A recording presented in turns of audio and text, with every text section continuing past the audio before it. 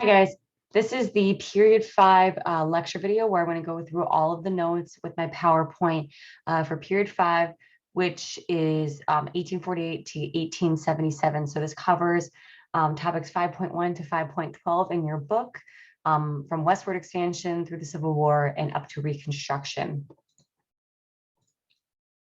So we began the unit with this quote that actually is in the start of your period 5 topic section in your book, which is a very popular quote by John O'Sullivan that you might encounter as a primary source for the AP exam or on our unit test. But this whole quote points out what the concept of manifest destiny is. And it's kind of accredited with coining this term. And it's synonymous also with this painting, American Progress by John Gass, and other really popular primary source to show the symbolism behind this concept of manifest destiny, where you see this angel ushering in the colonizers, but the citizens, American citizens from the west or the east to the west. And with it comes all of this technological progress, these man-made water canals, railroads, cables, and ushering out. And it's, it's kind of under this, positive light, and ushering out all the dark, uncivilized land, the natives being chased away. So we're talking about that we have this God-given right to expand westward because we believe that our cultural superiority, promotes us, spreading that. So there's kind of a lot of root causes. There's nationalism, the population increase, we need more living space, rapid economic development. That's kind of a push and pull factor for this because it allows us to go out west. But then as we go out west, it forces us to innovate even more. So it's kind of a perpetuating cycle with technological advances, and then reform ideals. So this idea, like the antebellum reforms that we talked about at the end of period 4, do promote this idea of manifest destiny in the way that people just wanted to promote what's best for the country, kind of going along with nationalism. People wanted to build a better nation, and we saw expanding our borders as a way to do that. So we're going to begin with the next land acquisition that we have, the next major one after the Louisiana Purchase, which is the settling of Texas. So currently in the background, while we have been moving forward in our own country, Mexico has become an independent nation from Spain. And so now we are dealing with Mexico as our southern border. And so Mexico currently owns Texas and wants people to move there and to use the farmland and get it up and running in the economy. Stephen Austin is the American who encouraged a lot of other American settlers to settle in Texas. Mainly a lot of Southerners, Southern Democrats who need that area for cotton growing because it's a very labor intensive, but also it requires just a lot of expansive land in order to grow that crop. So it's shocking, but by the 1830s, Americans, not just settlers, but including their slaves as well, outnumbered the Mexicans that lived in Texas 3-1. So that is a shocking number in such a short time. And Mexico is going to try to reassert control over the Americans living there by outlawing slavery because it goes against their Catholic beliefs. They want to mandate conversion to Catholicism. Again, just trying to maybe decentivize people moving there as much and just reestablish control over the area. But Americans are going to ignore this, which prompts the Texas Revolution. So Americans in that area, so these are not the Mexicans living there, but the Americans living in Texas, led by Sam Houston, are going to fight.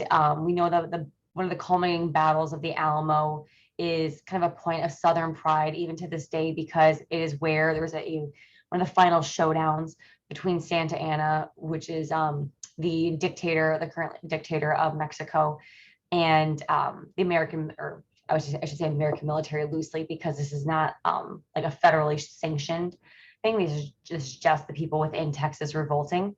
But Mexico ultimately surrendered. But because the Southerners living there sustained such heavy losses, that's why it's such a point of pride for a lot of Southerners even to this day.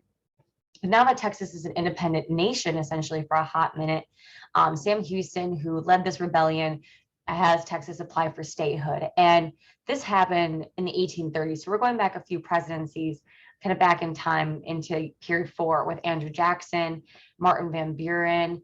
So we have, Democrat Jackson, Whig Martin Van Buren. So it's not even just a certain party. A lot of presidents are kind of kicking the can down the line and are afraid to annex new territory because we know what debate gets opened up every time we get a new piece of land, which is the debate about slavery, and if that land is going to be free or slave. So the next president, a Southerner, John Tyler, didn't want to lose that opportunity and will push forward the annexation of Texas. It doesn't really come to fruition until James K. Polk, another Democrat. So you can see again, it is largely one party that's going to push for it in the end, which is the Southern Democrats. But James K. Polk, the Southern Democrat who was elected in 1844, really favored expansionism. That was something like a key ticket item for him on when it came to the election. And so we can just basically tell what the public's attitudes towards expansion is based on the ballot. The fact that he won with that platform hints that the majority of the American public, has a similar mindset. However, Mexico is clearly upset with the United States because it looks like we had just stolen Texas out from under them, like we played some kind of long con to ultimately get that land. Now, in the background of all this, we are solidifying our borders all over in the United States, kind of into what we know as the modern borders. I know your book goes into a lot more detail here, but there's only one I really want to focus on other than like Texas and Oregon. So why we focus on Oregon, it's Great Britain has, modern day Canada, and there's not really been a solidified border between what we see modern day Oregon right here, kind of by Vancouver.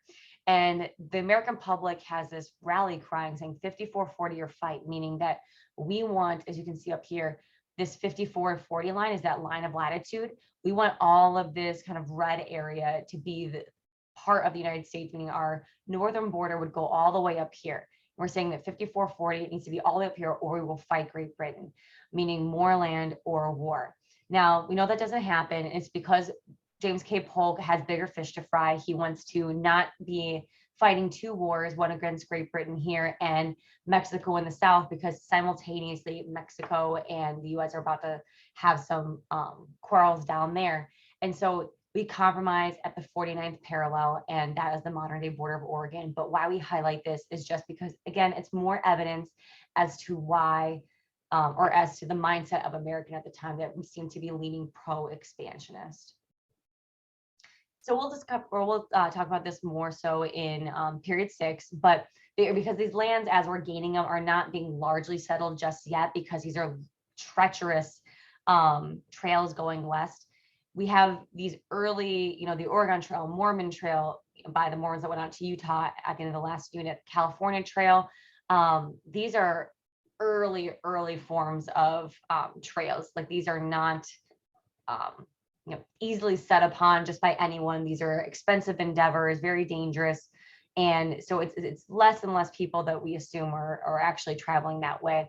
It's also called just the Great American Desert. It's kind of this no man's land in the center, not because of its climate, just because of its vast unsettled area in regards to the American settlement. We know a lot of natives are out there.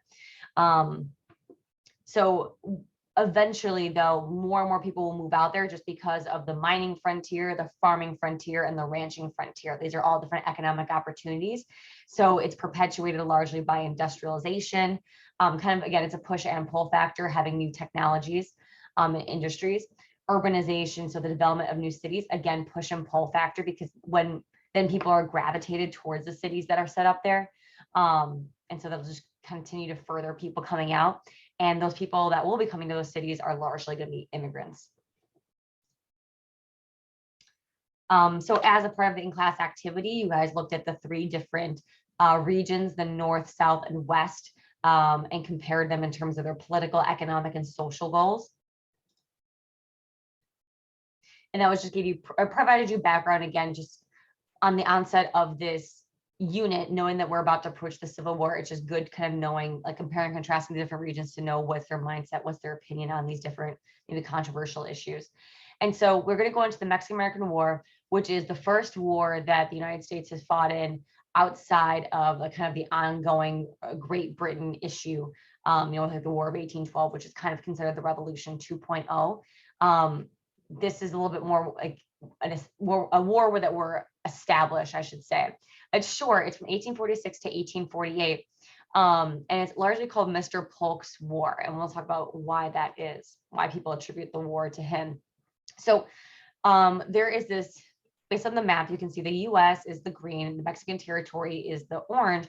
However, this crisscross area, or this slanted area, is the disputed area. This is modern day Texas, but there are potentially two different natural southern borders to Texas, the Rio Grande River and the Santa Fe, the Nueces River. The Nueces River would be up here, and that is what Mexico thinks the border would be, obviously, because that would give them this disputed territory, whereas the US thinks it's the Rio Grande River, which is down here, this curvier one, which obviously would give them more territory. So we do send John Slidell, it's called the Slidell Mission in your textbooks, to Mexico to persuade them to sell not only or just to sell this disputed area, but to also sell them California and New Mexico. So what we know is currently like basically all this blue area before it's been divided into New Mexico and Utah. So all of this area. And Mexico is a little appalled about the audacity of President Polk, because to them, we just stole Texas and now we're trying to ask for more land, and kind of lowballing them on the price. And so they decline, and Polk does not take that lightly. Instead, he sends General Zachary Taylor to move federal troops into that disputed territory. They don't do anything, but from the Mexican perspective, they see that as a sign of aggression and attack back. Or I should say back, because no one had attacked yet, but they do move in on that area. And so with that, Polk points that to that puts the onus on like the Mexican government, saying that they essentially started this war, and uses that as validation and justification to then declare war on Mexico. So this is why it's called Mr. Polk's War, because it seemingly feels like he led us into this war as a way to potentially get more land from a treaty afterward.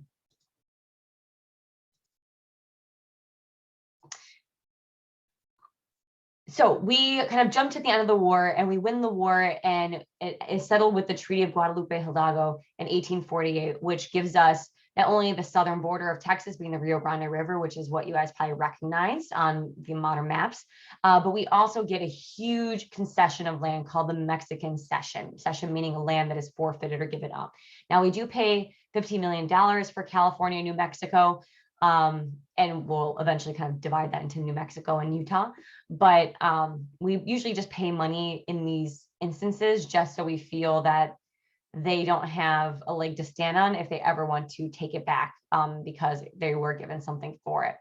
Now, in terms of this land expansion, Northern Whigs oppose it because, again, while it might help their business to get some more resources, they're more against the possible expansion of slavery, and not for any kind of moral issues, and we'll get to this later, but more so because it will just expand the Southern Democratic slave state power, like the agricultural state power. Now, the Wilmot Proviso, I don't believe we kept on your vocab list, but I think it's a good showing of one of the causes of the Civil War is like this inability to compromise. The Wilmot Proviso is this proposed bill that would forbid slavery in the Mexican Cession, and it fails miserably because Southern Democrats are not going to go for it. So it just shows this early inability for the two different regional economies and two parties to see eye to eye. So here we're going to go through again, like the different regional economies, just to recap.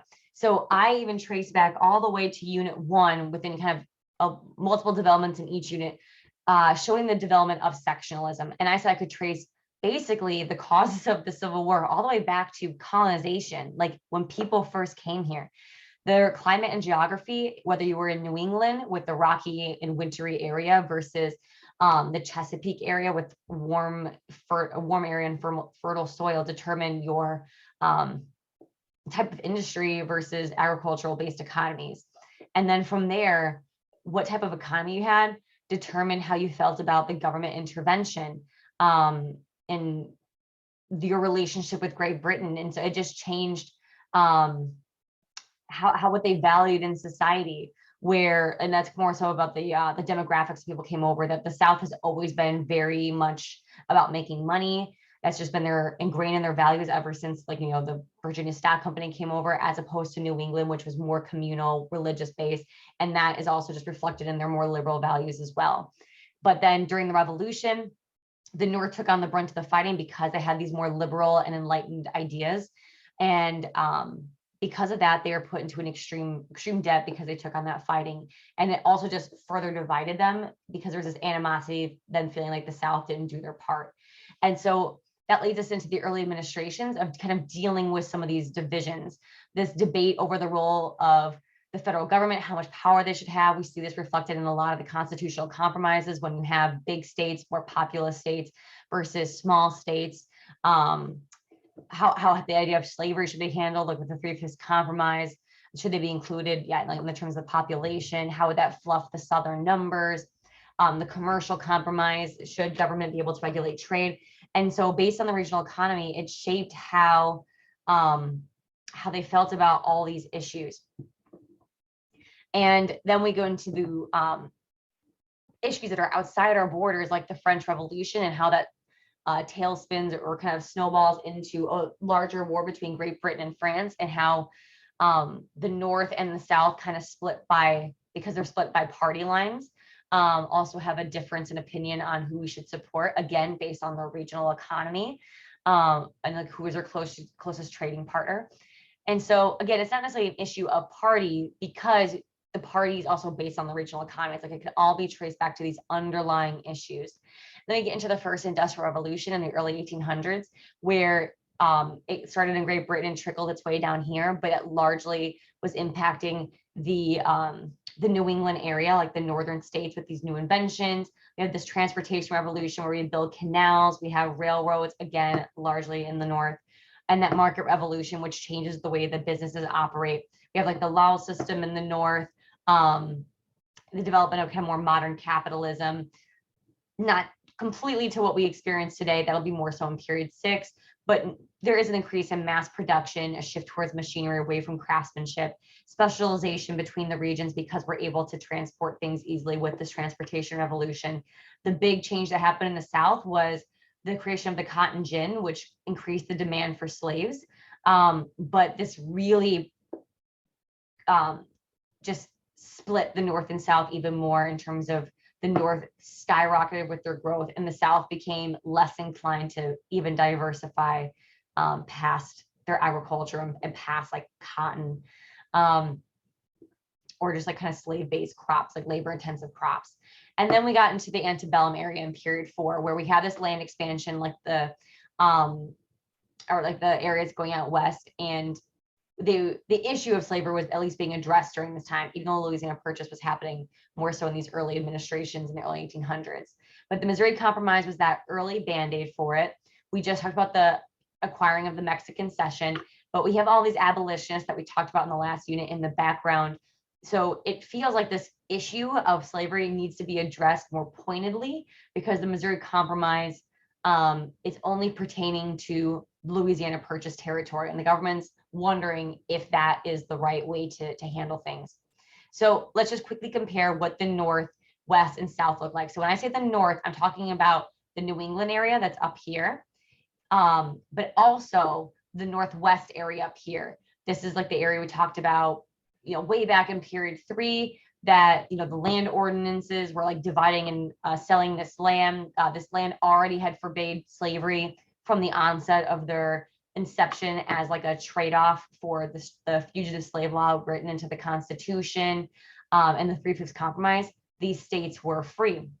And so these are agricultural based states, but not big plantations, not with slaves. So we're talking about both these areas combined, even though they are kind of like, I would say they're siblings of each other. They're not the same. So we have like the New England area, like we said, because of the War of 1812, built up their industry, forced to be very self-sufficient. Industrial Revolution paved the way for a lot of these major cities to be created. And so we have a lot of social mobility with like all the different classes because there's more economic opportunities. Now, I'm not saying that everyone has like this zero to hero story going on, but at least it's better than the very strict, crazy social hierarchy that's existing in the South. And the Northwest up here, like I said, is largely agricultural, having more fights with the Native Americans as people are moving out there, starting to see some major cities out, forming out there like Columbus and Chicago.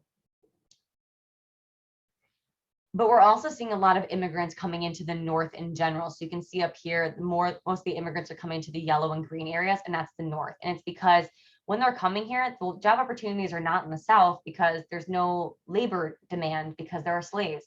And so there's this huge increase in immigration in what we call the first wave of immigration is like let's say around the 1920s and 30s. I know this graphic shows it going a little bit further, but we're going to say like 20s and 30s mainly.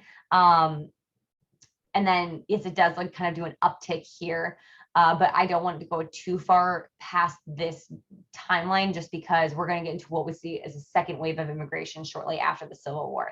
So first wave is before the Civil War, second wave is after the Civil War. And so the first wave is characterized by mainly German and Irish immigrants. And there are some push and pull factors like the industrialization that's happening across the world allows for more inexpensive and rapid like maritime technology for ocean transportation. There's a lot of revolutions in Europe. People are being discriminated against for their religion. There is like poverty, there's famine. And so there's a need for economic opportunities. And the US has this growing reputation for political freedom and economic developments. And so when these people arrived here, the Irish were more so hated upon than the German, just because while they're both Catholic, the Irish come over with less money and less skill.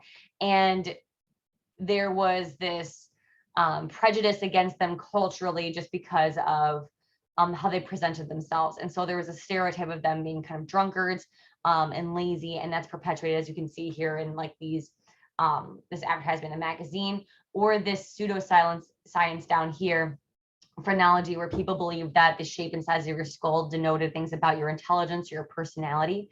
And so you can see the argument that's being made here, where Anglo, which means like English, in the center is being kind of compared and contrasted against an African-American skull as opposed to an Irish one. And you can see the physical similarities between the Irish and the African-American, meaning that they're arguing that they are closer to them as a race than the white race. So by definition during this time, and for a while, Irish were not considered white, they were actually considered Black. And that was just because if you can lump them in politically, like based on a census with non-white people, then you can write more discriminatory laws to kind of pigeonhole them and keep them from getting more rights. But the immediate response is the growth of nativism, which is this preference for native-born citizens and prejudice against others, like xenophobia. So the Know Nothing Party is the largest well-known nativist political party. They were concerned that their culture and their way of life was going to be overturned with the growing number of European immigrants. They were also worried about job opportunities. So a lot of these people are located, it could be, there's actually reasons why a lot of people across the country could be weary of them. So like it could be Northerners competing for factory jobs. It could be Southerners just because of the pure racial issue. So there's a lot of reasons why people of different parties and different regions could have nativist thinkings. And the South. So as we know, cotton is king. King cotton is like the cash crop of the South. That's what Southerners even refer to it as, king cotton, which just shows the level of intensity that they feel for this crop. With the invention of the cotton gin, it just increased the demand for slaves. Westward expansion allows for that momentum to be carried. And so slave states were losing political dominance because their population is not keeping pace with the North. And the Three-Fifths Compromise can only go so far. And the North is having this huge influx with immigration and natural population growth because their standard of living is increasing. And so because they have this fear of the North touching slavery, they impose a gag rule in government, which prevents them from anyone on the congressional floor even speaking about the issue of slavery. So it, again, a band-aid for now, like we're just kicking the can down the road about addressing this issue. But like as mentioned before, the South has a very strict social hierarchy. I would even say this triangle should be like very small at the top and then go really wide at the bottom, like very wide at the bottom, because even between the top elite planters and the small farmers, there's a huge jump there. Small farmers are like they own land, but just a small amount of slaves. This is not considered a plantation. And poor farmers are usually landless folks in like more rural areas. It could be some immigrants, but they're largely uneducated. And so the problem is because there were so many people kind of down at the bottom of this period or pyramid, it questions this notion of white superiority when you have so many of your own race that are uneducated and not being able to work. Okay, so we're getting now into the road to the Civil War. So far we've talked about, you know, the band-aids that have occurred, like the Louisiana Purchase area had a band-aid of the Missouri Compromise where the 3630 line just said, yep, everything north of that line automatically free, everything south of it automatically slave, but only pertains to the Louisiana Purchase territory. But now we have the Mexican Cession territory out here, and we have to figure out what we're going to do with that. And also in the background, we have events that are causing the Northerners to pay more attention to slavery, like the Nat Turner Revolt, growing abolitionist reforms, like we talked about in period 4, and moral things like the Second Great Awakening. So the 4 causes of the Civil War can be trimmed down to, I said, PECs. So after we're remembering kind of the cause of the Civil War, you need PECs to fight, but we'll see political extremism, the regional economic differences we've already talked about, constitutional disputes, and slavery. So there's these 2 new concepts that are being introduced right on the onset that we need to know about. The first is the Free Soil movement. There is kind of a Free Soil political party for a short time. But basically, this is a new movement made up of Northern Whigs and like industrial areas, but also Northern Democrats. This is like that Northwest area, like Illinois, Wisconsin, Michigan. So people who are agriculturally based, but don't own slaves. So the thing that connects all of these together are the fact that they're in the North and they don't have slaves. So it crosses party lines. And their whole goal is to not abolish slavery, but prevent its expansion. Again, if we wanted to abolish slavery, it'd be everywhere. Like it'd be like for a moral reason, I should say, it would be everywhere.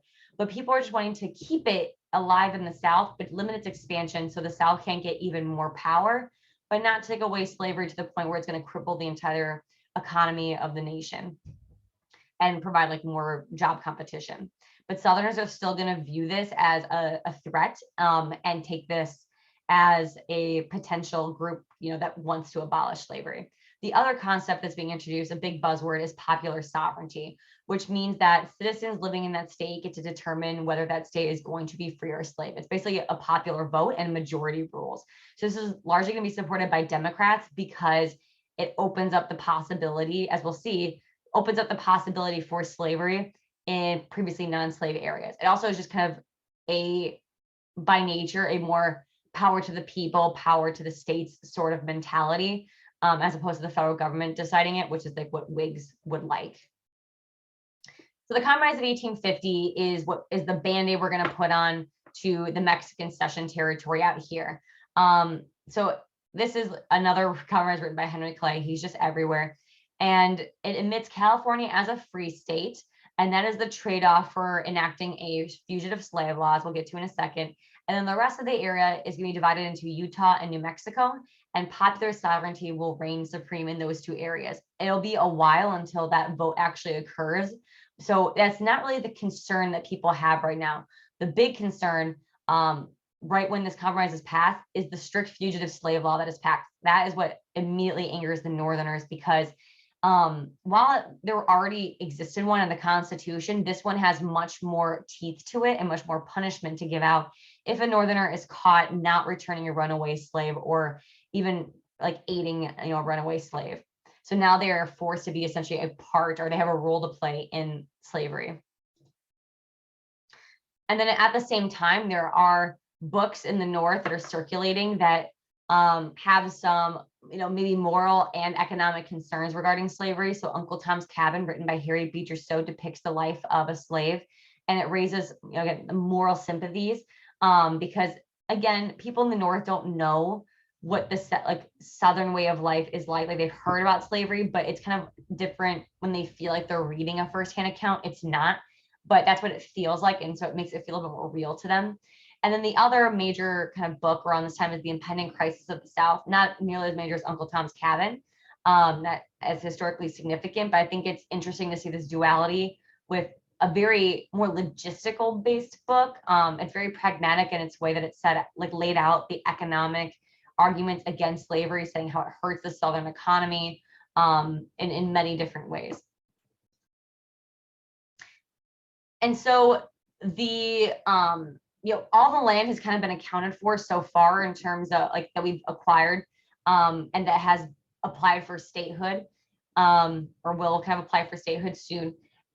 So we seem to be okay for right now, but then Senator Stephen Douglas of Illinois wants to make a transcontinental railroad, and he wants it to go only through northern states.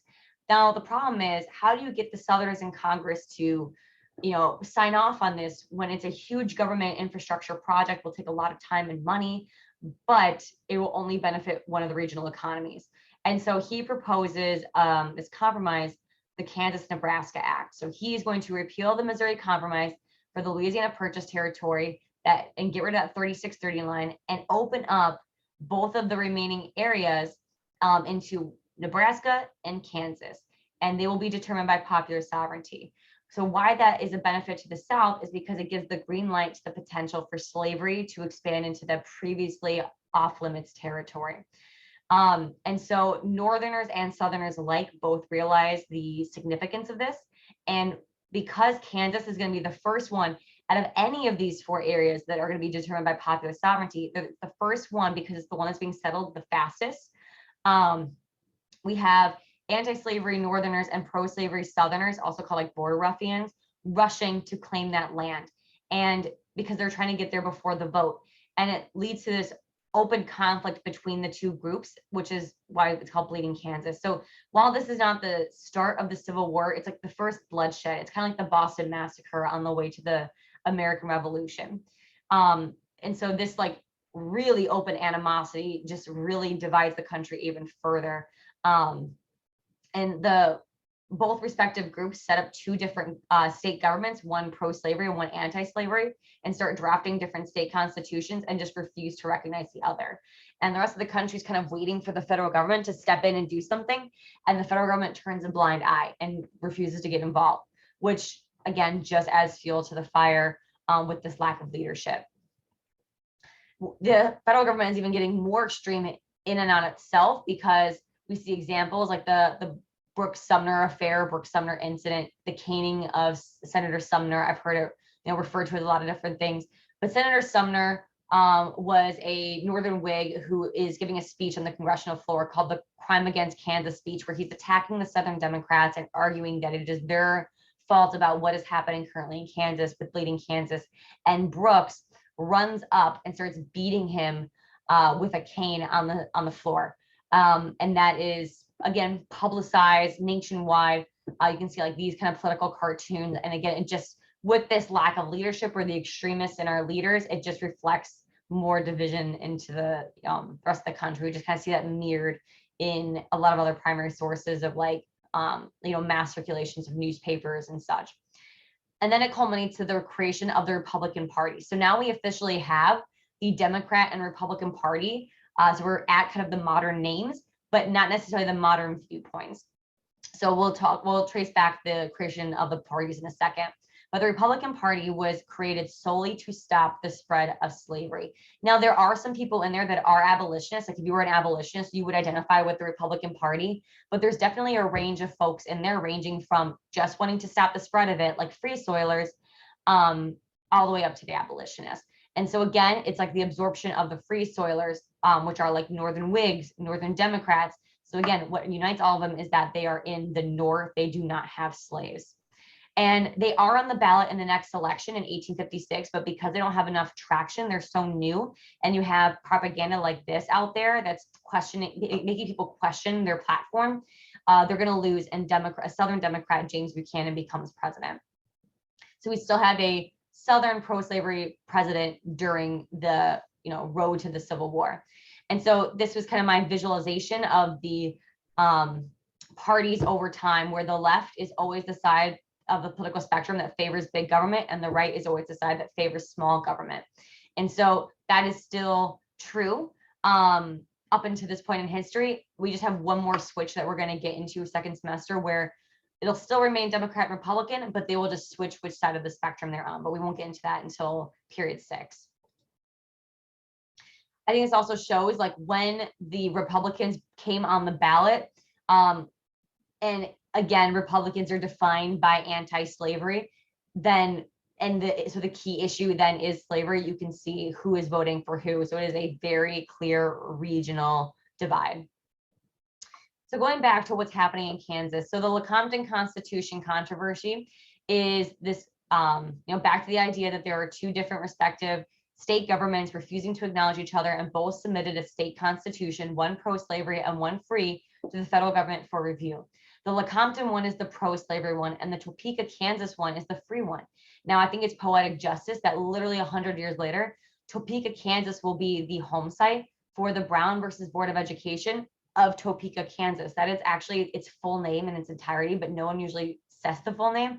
So I think it's poetic justice that 100 years later, it's actually, while they're the ones who submit the anti-slavery constitution, the free constitution, 100 years later, it's the same area that desegregates school and kind of snowballs into desegregating the nation. So it goes to Congress for approval, but they don't really know which one to look at.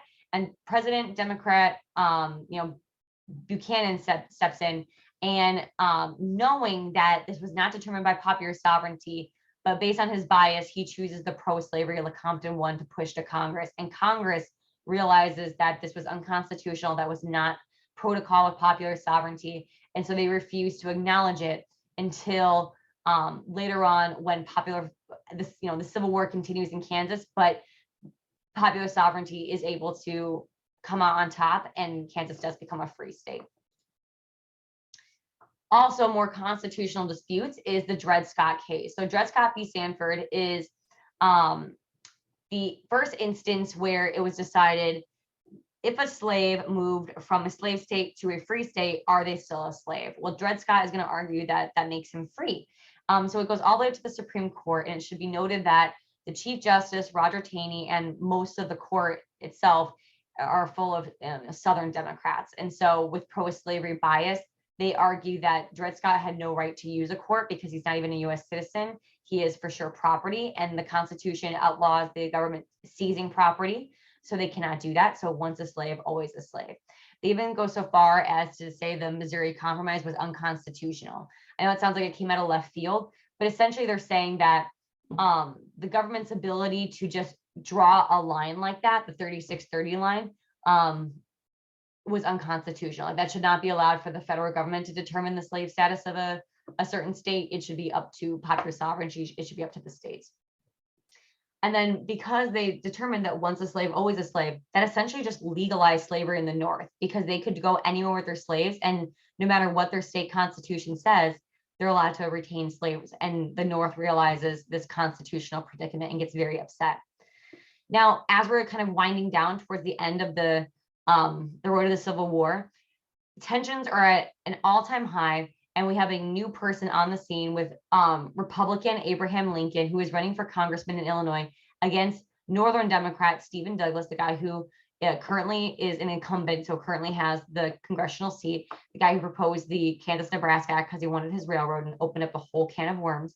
Well, in his speeches, Lincoln is clearly like not a radical abolitionist, but he is a free soiler. He wants to limit the expansion of slavery, but in his speeches, he even talks about how he doesn't think the president even has the ability to do that. Like he doesn't think that constitutionally we have the ability to get rid of slavery, but at least we can limit its expansion. And he gives this same idea in his House Divided speech, his famous speech, where he acknowledges these same ideas, but it also talks about how a house divided cannot stand, and the Union and the Confederacy needs to come back together. Now, the problem is Stephen Douglas took this notion of, free soil, even though Douglas himself had given a lot of free soil speeches, but used this as propaganda against Lincoln to paint him as a radical abolitionist, which won him the Congress seat. But it's worth noting because it shows a few things. One, it shows that given the choice between like just a more moderate free soiler and an abolitionist, people still chose the moderate free soilers. So again, it shows that the North is not abolitionist, like that is not their intention. This is not like a moral high ground that they're taking, even though I think past historical, textbooks or just ways that we've been presented history in the past have maybe painted that picture like in a more positive light. But it also gives Lincoln this reputation as a radical abolitionist, which we need to keep in the back of our mind for this upcoming presidential election. Also, at the same time, John Brown, a white Northern abolitionist, tried to start a slave revolt in Virginia. So he raided this arsenal, a federal arsenal, so just like a weapons supply area at Harper's Ferry, because he wanted to arm slaves so they could attack their masters and kind of fight for their freedom. And it was kind of this bloody uprising, and it is subdued, but you can see how the South would now be triggered, because like the Nat Turner Revolt, where it's slaves uprising, makes sense to them. But because this is a white abolitionist, it took on a different meaning. And this kind of paired with the Lincoln issue, like they're starting to get this growing concern about abolition. So now we're up to the election of 1860, which is the final step in the road to the Civil War. Now, you don't need to memorize all 4 candidates, but in order for you to get to the general story, this is what happened during this election. So there are 2 Democratic candidates. You have a Northern Democrat, Stephen Douglas again, and a Southern Democrat, John Breckinridge. So basically pro versus anti-slavery, because there's a split in the Democratic Party based on if you have slaves or not, if you're in the North or South. And then Abraham Lincoln, Republican. And then just for this one time, there's a Constitutional Union Party by John Bell, which again, only exists in this election because their whole platform was keep the country together, stop fighting. And the issue here is if the Democrats combined their popular and electoral vote, they do have the majority, but because they are split, the Democratic Party is fracturing based on region, based on the issue of slavery, they cannot secure a majority. And so Abraham Lincoln then has the majority of electoral votes, even though like he has, I should say the most, not necessarily the majority. So you can see based on this map that Abraham Lincoln he had 40% of the popular vote, 59% of the electoral vote. But you can see that if we had to combine the Democratic one, they actually would have beat him out for popular vote, not necessarily electoral vote, which is what the major issue here, the new political reality of the election of 1860 that the Southerners realized. They woke up right that morning and realized that Abraham Lincoln became president without a single Southern electoral vote, or popular vote for that matter. And so, meaning that he did not need any of the power or any of the say from the slaveholding states to become president. And the South no longer has any kind of political hold or political voice. And so it leads to the immediate secession of some parts of the South. So as we're going to go forward to the actual Civil War, like I said, that promoted the secession of the Deep South, which is all kind of like down here, like South Carolina, Georgia, Alabama, Mississippi, Florida, all those areas. But that's not what caused the secession of the entire South. So the Confederate States of America initially branch off, but states like Tennessee, North Carolina, Virginia, Arkansas, they're still more hesitant. And it's not until after what happens at federal Fort Sumter where they start to secede. So what happened was, this is a federal military fort. So from the perspective of Abraham Lincoln, a part of the Union that never left because it is under the control of the federal government. And he needs to send provisions. That's just something that's his responsibility as commander in chief of the military. However, the Southern viewpoint is that because this federal fort is in a seceded state, It is no longer belonging to the federal government, it's under the Confederate government. And so Lincoln tries to send provisions despite their warning, and the Southerners attacked. So it is not this attack that makes the rest of the South secede. It is Lincoln's response to this attack. So Lincoln pulls kind of several controversial moves from the get-go. He calls for 75,000 volunteer soldiers to stop the Confederacy. He authorized spending for war, and he suspended the writ of habeas corpus, all with more executive orders, not by going through Congress, which are all very controversial things, because Congress is the one who gets to declare war. They are the ones who they control the purse strings on the government, so they control the spending. And the writ of habeas corpus is regarding your rights when you are being like charged and arrested and put in prison, and it's guaranteed to you in the Bill of Rights. And he is saying he's doing all this upholding public security or safety, but as we talked about in class, that is a very controversial stance because of it shows a possible abuse of federal authority. And so this is what makes the upper South secede. Like I said, Virginia, North Carolina, Tennessee, Arkansas, those areas immediately secede after seeing Lincoln's response that he would use federal troops against his own people. Now, these border states are these states like Missouri, Kentucky, West Virginia, Maryland, Delaware is technically in there for part of it, but these are states that physically border the North and the South, and they are technically slave-holding states. And we're going to say they maintain loyalty to the Union, but I'm going to use air quotes around the word loyalty because some of them are by force, which is another example of a potential abuse of power, because Lincoln's going to put Maryland under martial law, meaning that federal troops are going to stay there and take control of the state government and make sure they're maintaining loyalty to the Union. Because, for instance, Maryland has our capital, the Union's capital, so that'd be really awkward if it left to another country.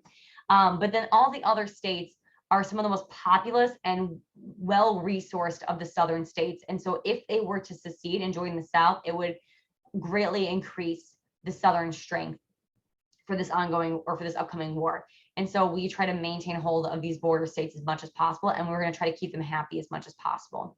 And so the North basically has almost all of the advantages, especially with maintaining the border states. Their one maybe big drawback is that they're fighting on foreign land, like they are playing offense for most of the time. And the South does have pretty good generals as compared to the North. So the Union strategy is going to be the Anaconda Plan, because they have the federal, they have the military, they have all these means for blockading the South. And so that's what the Anaconda Plan is like slowly kind of snaking around the South, blockading them here. They can't get aid from the outside. They can't transport goods between each other, and then wrap up through the Mississippi River, which is the biggest waterway for transportation. So if we can get a hold of that, then the South is pretty much completely cut off, and then capture their capital in Richmond, Virginia. So you will not need to know all of these battles. The two that you need to know is Gettysburg and Vicksburg, because those are the two turning points. If there is a third one to know, I would say it's Antietam. The general feel for these early fights, though, for the Battle of Bull Run, we see like this Peninsula Campaign, kind of all these battles mentioned in your book. The general vibe is that the Union will march into the South and then be forced to retreat. That happens several times because we greatly underestimate the power and the kind of strategicness, the intelligence of the Southern generals, like Robert E. Lee and General Stonewall Jackson. Now, it's not until Antietam where the Union secures a very decisive victory. So Robert E. Lee is deciding we need, like, he's a Confederate general, and he is determined to secure a victory on Union soil. He thinks that if he can do that, that would convince Great Britain to come and be an ally. Like, this could be their Saratoga. However, he marches into Maryland, into like a border state, which is the Union territory, and is forced to retreat. And so with that, they lose their Saratoga. Basically, they cannot get a foreign ally because it doesn't look like they're not worth fighting for. But then also, at the same time, the South is trying to convince Great Britain to help them with what we call cotton diplomacy, threatening to withhold cotton production and sales unless they help them, but Great Britain can just go elsewhere for their cotton. And also, Lincoln is going to wait to pass the Emancipation Proclamation that we see right here, which frees all the slaves in the rebellious states, meaning the Confederate states only, not the border states. And he does this after Antietam because he wants to do it after a decisive victory as a show of, a show of force, sign of strength, as opposed to after all these early losses and a sign of like weakness and kind of grasping at straws.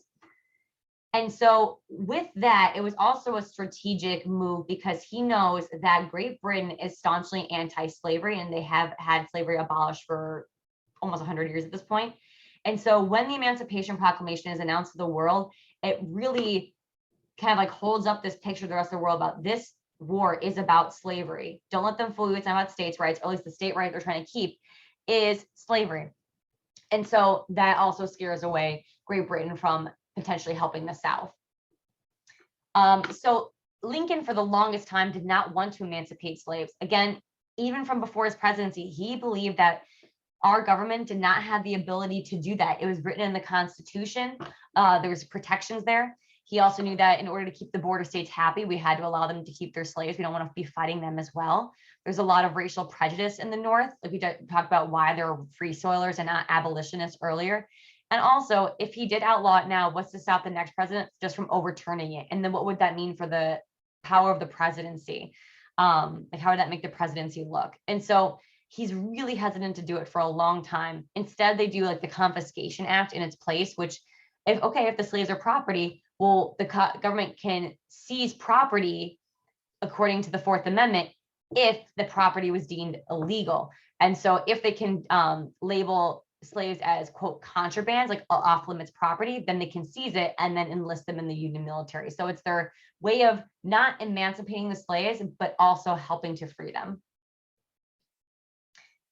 So with the Emancipation Proclamation, like I said, a lot of them are going to join the Union. The Massachusetts 54th Regiment is the first kind of well-known all African-American troop with it is a white general.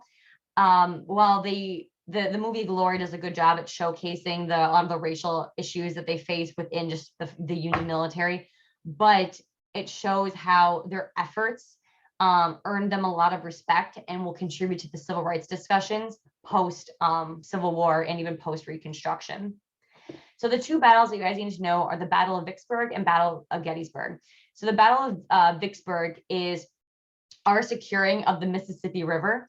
You can see Vicksburg is right here. It's like the biggest Confederate fort that lines the Mississippi River. And so with that, we also are the port of New Orleans already secured. And so with the combination of these two, the South just can't even wish to hope to use the Mississippi River. And so with that, they are really crippled in terms of their ability to communicate across the river, transport goods or soldiers. And then the Battle of Gettysburg is a very bloody battle as well, where the Confederacy loses significant numbers and is forced to retreat. And it's considered a turning point because the Confederacy is so broken down they can only fight a defensive war from now on. And so with knowing that knowledge, Abraham Lincoln wants to take this opportunity, knowing the end is in sight, to capitalize on this and make the Gettysburg Address. So he goes down to the site of Gettysburg and commemorates that land where many died and dedicates it to both sides, the Union and Confederate soldiers. And he says that the Civil War has been like a long time struggle to fulfill the principles of the Declaration of Independence. He's saying that, the North is just fighting for the fact that all men are created equal, and the South is just fighting for the idea to form a more perfect union, like their vision of a perfect government. And so we can't fault either side. And I think this just speaks to Lincoln's overarching goal about preserving the Union. Like he could easily have just kicked the South while they were down. But if he wants to, be kind of more kumbaya and reintegrate the Union as smooth as possible, this is the way to go about it. Something else that is, worthwhile mentioning is some of the Union tactics that happened at the end. Not everyone shares Lincoln's, more conservative wartime policies. Some people want to just crush the South into the dust. So you have like Ulysses S. Grant with his war of attrition policies, which is just almost like a scorched earth policy, like in Europe, where you just use heavy artillery to wear down your opponents. And Sherman's March to the Sea is a good showcasing of that, where the South just gets physically destroyed.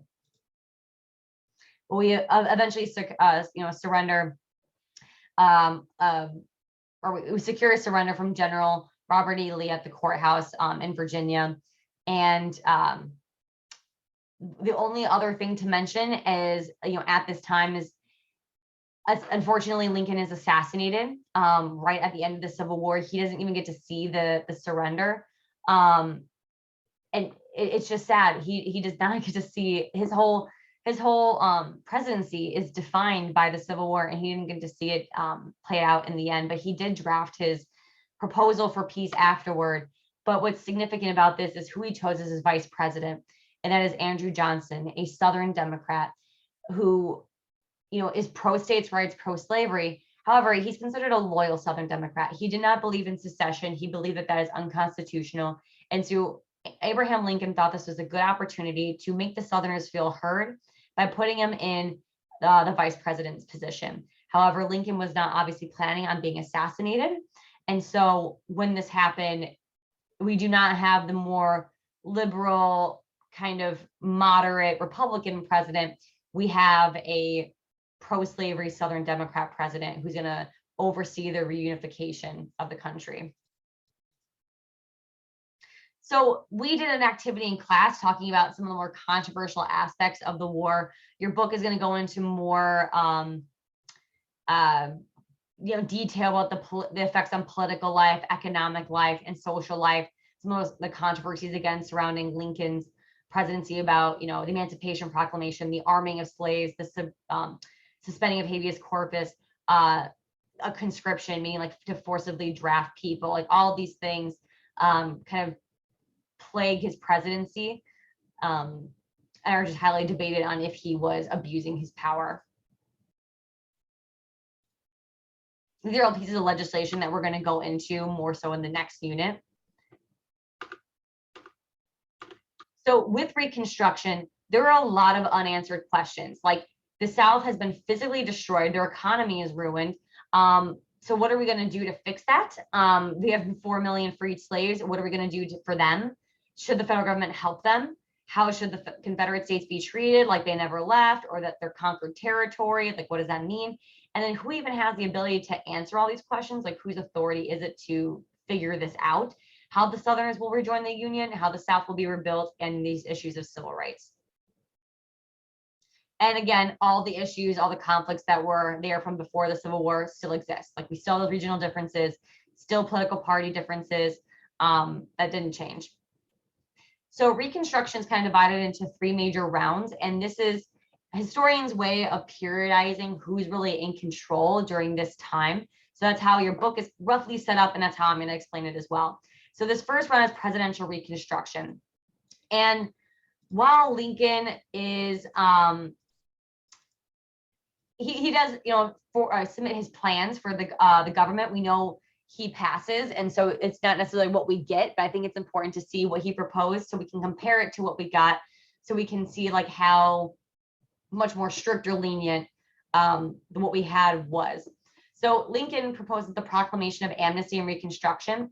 And the word amnesty takes the forefront there, because amnesty means like wiped of all sins, like kind of pardon, which is exactly what this means. A full presidential pardon would be granted to any Confederate who took an oath of allegiance to the Union and the Constitution. So kind of bending the knee towards the federal government and accepting the emancipation of slaves. Like, they have to include the 13th Amendment in their state constitutions. The oath to the federal government part of his plan is kind of nicknamed the 10% plan. And it's because, and it's not necessarily a positive nickname for it, it's more of a dig at what some people see as a very lenient and lowball number of only 10% of a state needing to take that oath for the entire state to be brought back. So who are kind of the ones really being put off by this are the radical Republicans. These are the extremist Republicans. So people of Lincoln's party who believe that the South really should be punished, that we should make an example of this so that this doesn't happen again. They want to reassert their dominance over the South. And so they proposed the Wade Davis bill to up that threshold to 50%, and how we should disenfranchise the ex-Confederates, meaning that they should lose the right to vote and hold office. It doesn't pass. Lincoln pocket vetoes it, meaning that he doesn't actively sign it into law. He doesn't actively veto it. He just lets it expire and die off. by not even looking at it. And so I just think it's a good example again of how Lincoln is kind of walking on eggshells and trying not to hurt either side. But it also shows the radicalness of the Republicans. Like this is good evidence to show their mindset of asserting control over the South and punishing them.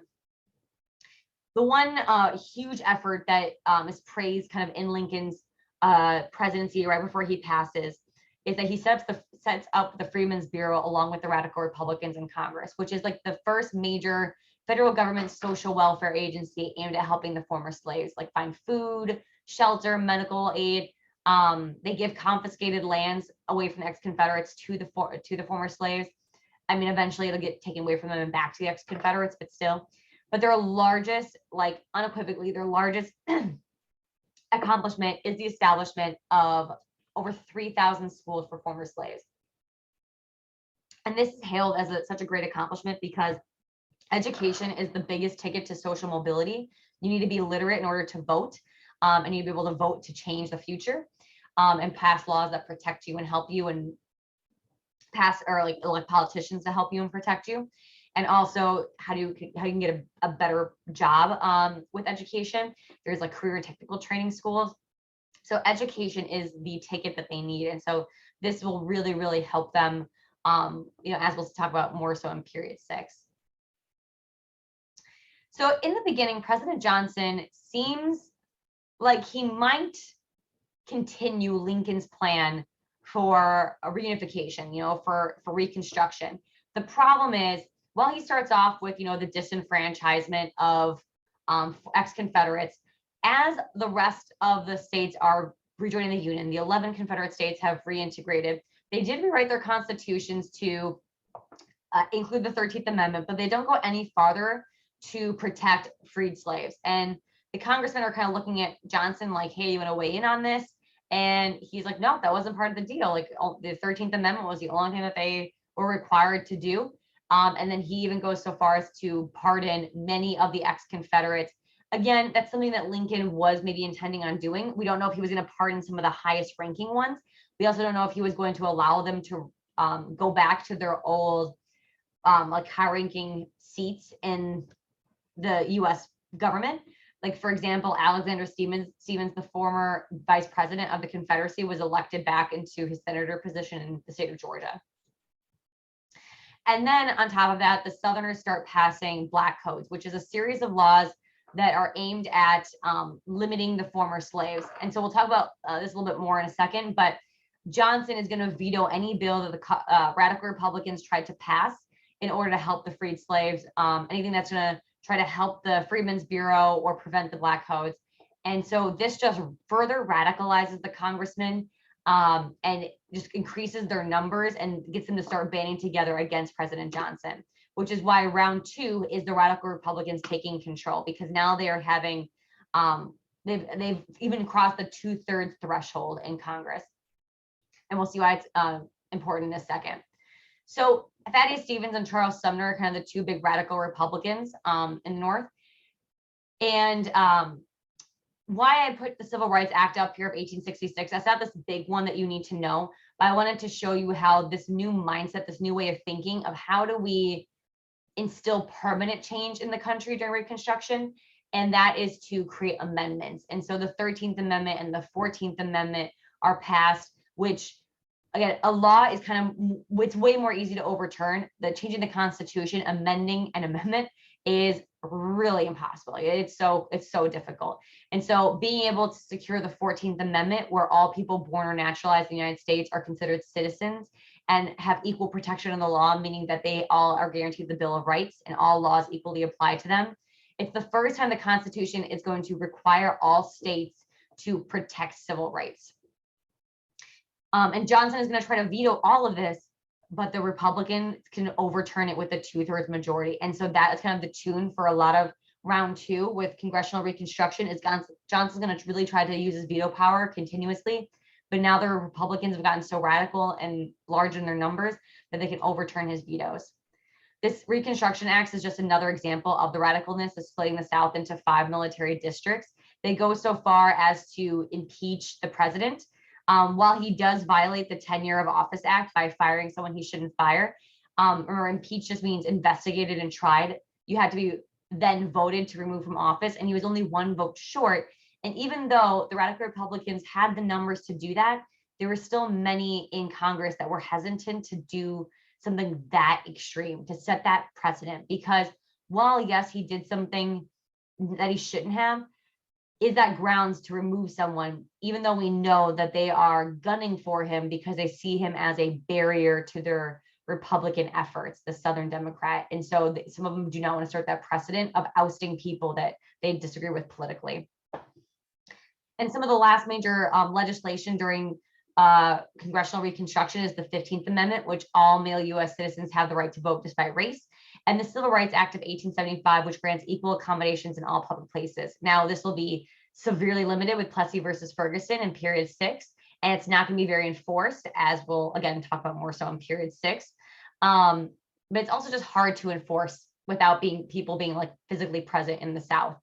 And in the background, years are passing by, and the Northerners are starting to experience an economic boom.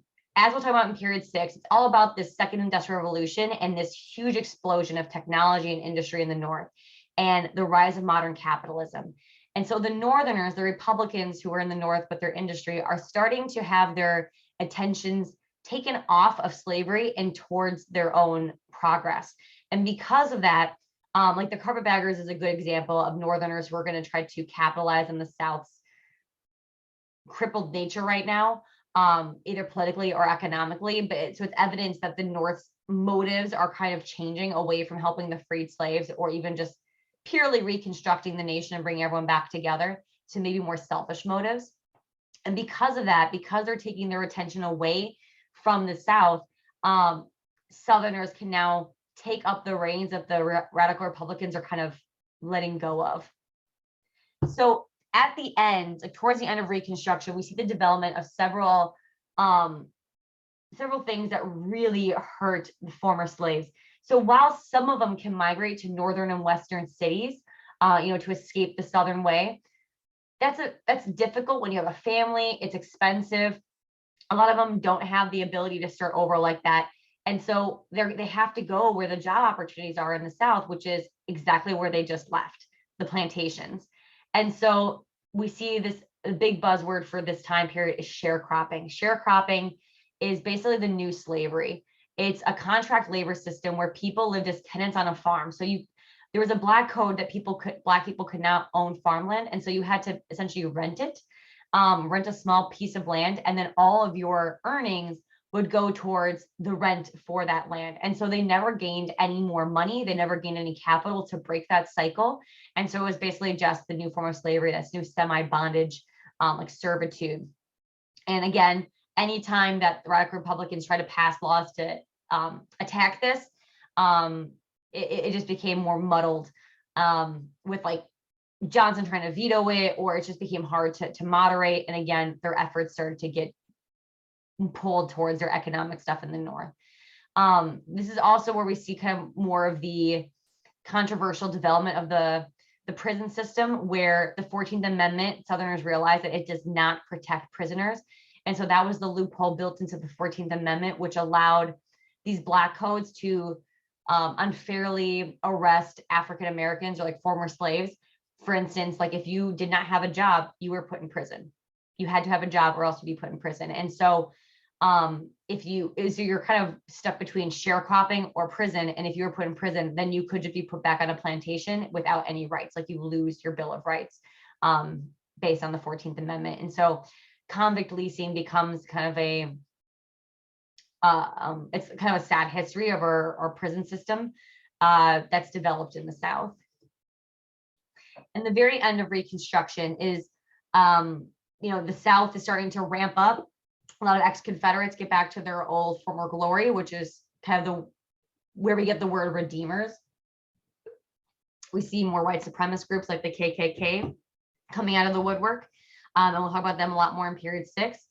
And even though there are some little efforts at the end, like the Force Acts to enforce the 14th and 15th Amendment with use of federal force in the South, it's not really effective. It doesn't really do anything. it doesn't even come into fruition, well, even though it's passed, because in the election of 1876, this is probably maybe the fifth election in this semester that you should be aware of, but it's also called the Hayes-Tilden Compromise, because what happened is that this is the second time in history where the electoral vote did not align with the popular vote.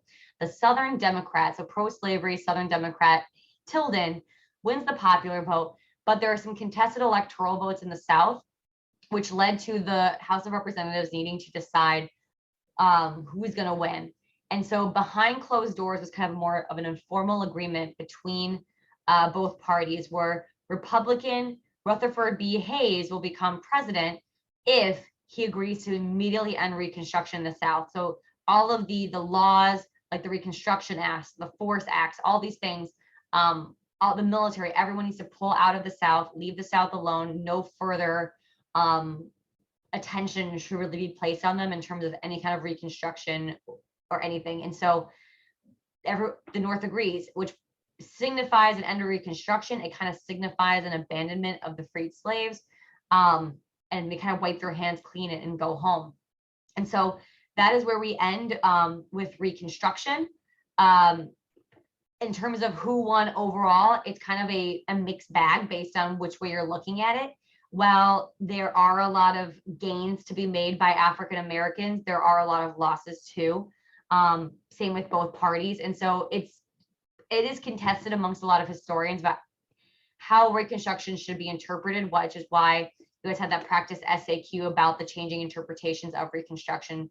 And I think that there is, at the end of that topic section in your book, there is a historical interpretations passage that shows this development over time, especially as time has gone on, and like even to this modern era, people take a step back and look back at Reconstruction with new eyes, and looking at new primary sources from maybe more diverse voices to get a more holistic picture on Reconstruction. But that is pretty much everything, because that is the end of first semester. So good job, guys. Let me know if you have any questions.